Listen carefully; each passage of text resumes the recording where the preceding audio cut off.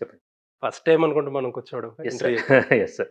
Firstly to begin with చాలా ఇష్టమైన director మీరు. ఏంటంటే ఊరికే చెప్పడం కాదు. ఆహ్, చాలా ఎఫర్ట్‌లెస్‌గా కొన్ని కొన్ని కాన్సెప్ట్‌లు పిక్ చేసుకొని ఇంట్రెస్టింగ్ కాన్సెప్ట్‌లు పిక్ చేసుకుంటారు కదా! అలాంటిది నాకు చాలా ఇష్టం మీకు. అంటే ప్రతిసారి ఒక విభిన్నమైన కథ, ఒక గొప్ప పాత్రలు, ఒక కొత్త లోకాన్ని ప్రపంచానికి పరిచయం చేయాలని ఇప్పుడొక ఆశ ఉంటదండి. అలాంటి కథలు దొరికినప్పుడు, అలాంటి ఇతివృత్తాలు నా చేతికొచ్చినప్పుడు, అలాంటి పాత్రలు రాసినప్పుడు నాకు చాలా ఎక్సైట్‌మెంట్‌గా ఉంటది. దాన్నే సినిమాలుగా తీస్తుంటాను. అంటే సార్ మీ కెరియర్‌లో హిట్‌లు చూసారు, క్రిటికల్ అక్లైమ్‌లు చూసారు, నేషనల్ అవార్డులు చూసారు, ఫ్లాప్‌లు కూడా చూసారు. బట్ ప్రతిసారి క్రిష్ ఒక కాన్సెప్ట్ గాని, ఒక సబ్జెక్ట్ పిక్ చేసుకోవడంలో ఎప్పుడు ఫెయిల్ అవ్వల. అంటే బుక్స్ చాలా ఎక్కువ మన ఇండస్ట్రీ ఏంటంటే, ఆ కథలు పిక్ చేసుకోవడానికి అక్కడే ఫెయిల్ అయిపోయే సినిమాలు చాలా ఎక్కువ. సో, బుక్స్ ఎక్కువ చదువుతారంటారు. అది ఎలాంటి బుక్స్ చదువుతారు? ఏంటి అసల? ఎక్కువేం కాదండి. కొన్ని బేసికల్‌గా ఒక నెలకోటో, రెండోది అంటే ఆహ్, అన్నీ చదువుతానండి. తెలుగు కథలు కావచ్చు, నవలలు కావచ్చు, ఇంగ్లీష్ నావెల్స్ కావచ్చు, ఫిక్షన్, నాన్ ఫిక్షన్ అన్నమాట. ఒకటంటూ లేదు. నచ్చింది చదువుతా. అసలింత గ్లామర్ ప్రపంచం హజిల్ అండ్ బజిల్ పొద్దున్న లెగిస్తే చుట్టూ ఉండేవాళ్ళు ఉంటారు. రకరకాల ప్రపంచం గదా! అందులో ఆ! కూర్చొని ఒక పీస్‌ఫుల్‌గా ఓ పుస్తకం తీసుకుంటే చదివే టైం ఎక్కడ ఉంటదసల? చాలా తగ్గిందండి. ఒకప్పుడు ఇప్పుడు సంవత్సరానికి ఒక 15 పుస్తకాలు చదివితే చాలా ఎక్కువండి యాక్చువల్‌గా. ఓకే. అది but sometimes you have to make time అండి. అసలు నైట్. ఎలాంటి పుస్తకాలు చదువుతారు? ఎలాంటి పుస్తకాలు ఇంట్రెస్ట్ మీకు? అసల ఎవరు సజెస్ట్ చేస్తారు? అంటే నాకు మా మా ఫ్యామిలీలో మా బాబాయిలు, అత్తయ్య గారి దగ్గర నుంచి పరిచయాలుంటూ ఉండేయండి. రావిశాస్త్రి గారి దగ్గర నుంచి కావచ్చు, తిలక్ గారు కావచ్చు, విశ్వనాథ్ గారు కావచ్చు, శ్రీపాద సుబ్రహ్మణ్యం అంటే అనేకమైన అక్కడి నుంచి మొదలైంది. ఇప్పుడు నేను రీసెంట్‌గా ఒక బుక్ చదివానండి. 'ద ఆథెంటిసిటీ ప్రాజెక్ట్' అని వెరీ ఎక్సైటింగ్ బుక్. అది కొంచెం డెబ్యూ రైటర్స్ అన్నమాట. ఓకే. నా 'సేపియన్స్' కావచ్చు, 'హోమో సేపియన్స్' కావచ్చు, దెన్ వాల్టర్ ఇసాక్సన్ రాసిన బయోగ్రఫీస్ కావచ్చు. ఏది ఎక్సైటెంట్‌గా ఉంటే అది చదువుతానండి. కొన్ని రివ్యూస్ ఉంటాయి. కొంతమంది స్నేహితులు పంపిస్తూ ఉంటారు. నైస్. నైస్. ఒక పుస్తకం చదివినప్పుడు ఒక స్పార్క్ వస్తది కదండీ మైండ్‌లో. ఇది ఒక సినిమా తీయొచ్చు, లేకపోతే ఇది ఒక వెబ్ సీరీస్ తీయొచ్చు, లేకపోతే ఎక్కడో ఒక షార్ట్ ఫిల్మ్ తీయొచ్చు. ఆ స్పార్క్ రావాలంటే ఎలా ఎలా ఎలా ఉంటదసల? పుస్తకం ఎక్సైట్ చేయాలండి. 'కొండపొలం' అనే పుస్తకం నేను చదివాను. చాలా ఎక్సైట్ అయ్యాను. దాన్ని సినిమాగా తీశాను. సన్నపరెడ్డి వెంకటరామరెడ్డి గారు రాసింది. సినిమాగా పెద్ద కమర్షియల్‌గా అంటే ఆదాయం రాలేదు గానీ, అంటే ఆహ్, కమర్షియల్ సక్సెస్ పెద్దగా కాలేదు గానీ, ఒక much acclaimed and I am so proud of that film అన్నమాట అది. ఒక గజల్ లాంటి అందమైన చాలా ఎక్సైట్ అయినా చదివి ఎమ్మటే కథ చెప్దామని. అది రెడీ అయ్యాను. అదే విధంగా 'మున్నీటి గీతలని' ఈయన రాశారన్నమాట. డాక్టర్ చింతకింది శ్రీనివాసరావు గారు. సో, దానికి ముందే ఇది పుస్తకంగా పబ్లిష్ అవ్వటానికి ముందే ఆయన చెప్పిన ఐడియా ఒకటుంది. అదే మన 'అరేబియా కడలి'గా వచ్చిందన్నమాట. అంటే బుక్‌లో నుంచి చాలా వేరియేషన్ ఉంది. సో, ఒక పుస్తకం చదివితే ఆహ్, ఆ పాత్రలు చాలా ఎక్సైటింగ్ ఉంటే, ఆ కథాంశం కొత్తగా ఉంటే మనకి దాన్నే తెర మీద సినిమాకి గూడా రూపాంతరం చెందితే ఎలా ఉంటదని ఆలోచన వస్తా ఉంటుంది. సార్ మన ఇండస్ట్రీలో బేసిక్‌గా ఈ ప్లగరిజం అనేది ఎక్కువుంటది. చాలామంది రైటర్స్ ఇప్పుడు రైటర్స్‌గా కాకుండా డైరెక్టర్స్ అయిపోవడానికి కూడా కారణం అదే. వాళ్ళకి కావాల్సిన క్రెడిట్ రావట్లేదు.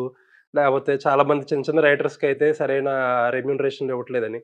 ఒక పుస్తకాన్ని ఒక సినిమా కింద చేసినప్పుడు ఆ రైటర్‌కొచ్చే దాన్నేమంటారు? రెమ్యూనరేషన్ గాని ఎలా ఎలా ఉంటదసల? జస్ట్ అకాడమిక్ క్వెషన్ ఇది. అది అది ఆహ్, కొత్తగా కొత్త రైటర్ అనుకోండి బేసికల్‌గా. బట్ సముచితంగా ఉంటదండి. అంటే మహా గొప్పగా అనుకోము బేసికల్‌గా. బట్ మంచి సముచితంగా ఉంటది.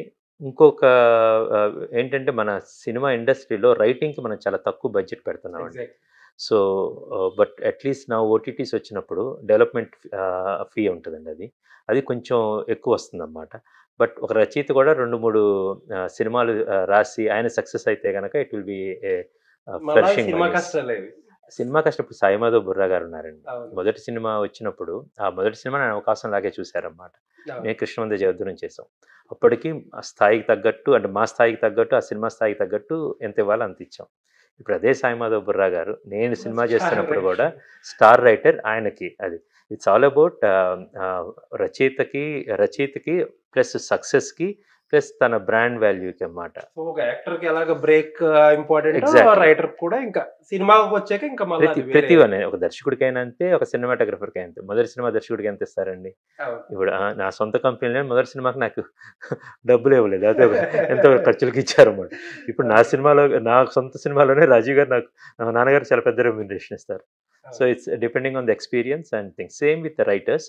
బట్ కంప్లెయింట్ ఏంటంటే అది ఫస్ట్ ఫ్రేమ్ ఎంటర్‌టైన్‌మెంట్స్‌లో అట్‌లీస్ట్ చాలా పెద్ద పీటేస్తున్నామండి. అంటే ఒక రచయితలకి వాల్యూ చాలా ఎక్కువ ఇస్తాము. అండ్ రెమ్యునరేషన్స్ కూడా తగినంత ఇవ్వటానికి ట్రై చేస్తున్నామండి. మీలాంటోళ్ళుంటే అది కొంచెం బెటర్ అవుతది పరిస్థితి. మోస్ట్ ఆఫ్ ద పీపుల్ అండి. మోస్ట్ ఆఫ్ ద డైరెక్టర్స్ ఇప్పుడు రాజమౌళి గారి సినిమాలు ఉంటాయండి.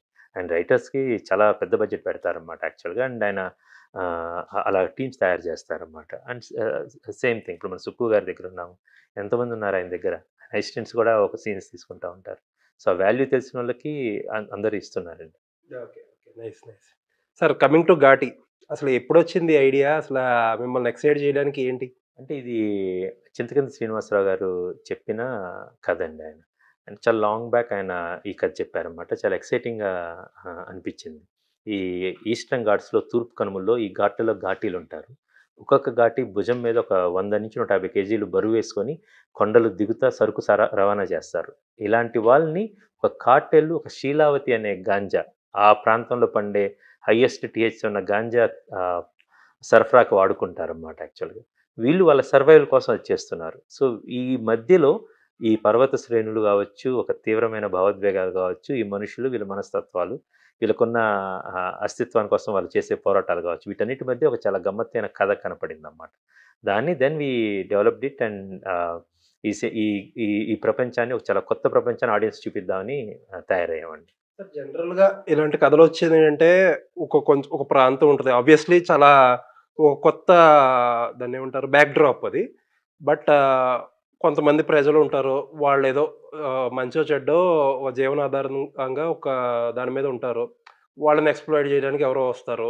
వాళ్ళు జర్నీలో రియలైజేషన్ ఉంటది. రియలైజేషన్ తర్వాత ఎలా మారారు? ఏంటి? అదేనా? బియాండ్ ఏదన్నా కొత్త ఇంకో కథేదన్నా ఉందా ఇందులో? చాలా కొత్తగా ఉంటదండి యాక్చువల్‌గా. మీకు ఒక విక్టిమ్, క్రిమినల్, లెజెండ్ అనే ఒక ట్యాగ్‌తో వస్తున్నాం యాక్చువల్‌గా. సో, మనం ఇప్పుడు చూడని భావోద్వేగాలుంటాయండి. అండ్ ఎమోషన్స్ కొత్తగా ఉంటాయి. ఇప్పుడు మనం ఒక కొత్త బ్యాక్‌డ్రాప్ ఎన్నుకున్నాం అనుకోండి. ఒక కొత్త క్యారెక్టర్స్ వస్తాయండి. కొత్త డ్రామా వచ్చిద్ది. కొత్త సినిమాటిక్ ఎక్స్‌పీరియన్స్ వచ్చిద్ది. అవన్నీ ఈ సినిమాలో ఉంటాయండి. ఓకే. సో, యాక్షన్ గూడా చాలా ఎక్కువ ఒక ఏడో, ఎనిమిదో అంటున్నారు? అవునండి. యాక్షన్ గూడా అంటే సో అన్‌లైక్లీ ఆఫ్ 'క్రిష్' గారిది. కానీ ప్రతి సినిమాలో నాకు యాక్షన్ ఉంటదండి. యాక్షన్ బట్ ఉంటది ఇది బాగా ఎక్కువ. యాక్షన్ బేస్డ్ మూవీ అండి. ఈ ఓకే. కథ అలాగ నడిచిద్దనమాట. ఒక భయంకరమైన యాక్షన్ జరిగే దాంట్లో కథ నడుస్తా ఉంటది. దాన్ని అనుష్క గారండి. ఈ కథ చెప్పంగానే ఆమె చాలా ఎక్సైట్ అయ్యారు. ఇది చాలా సవాలుతో కూడుకున్నది.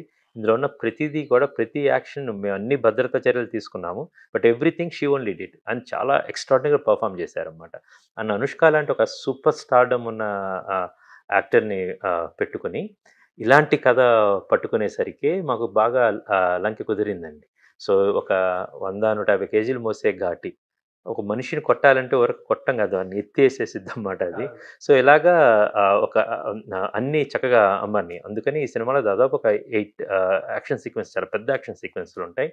అండ్ ప్రతి చోట ఒక మోటివేషన్ ఉంటది. ఒక ఎమోషన్ ఉంటదనమాట. ఊరక చేతులతో గుద్దుతున్నట్టు కాకుండా ఎప్పుడన్నా ఒక ఫైట్ ఇప్పుడు 'రాజమౌళి' గారి సక్సెస్ సీక్రెట్ గూడా అదే. ఎగ్జాక్ట్‌లీ. ఒక ఫైట్‌కి సరైన ఎమోషన్ వచ్చున్న ఫైట్ ఉంటే దాని ఇంపాక్ట్ 10 రెట్లు పెరుగుతది. అవును. అది ఈ సినిమాలో చాలా బాగా కుదిరిందండి. ఓకే. సార్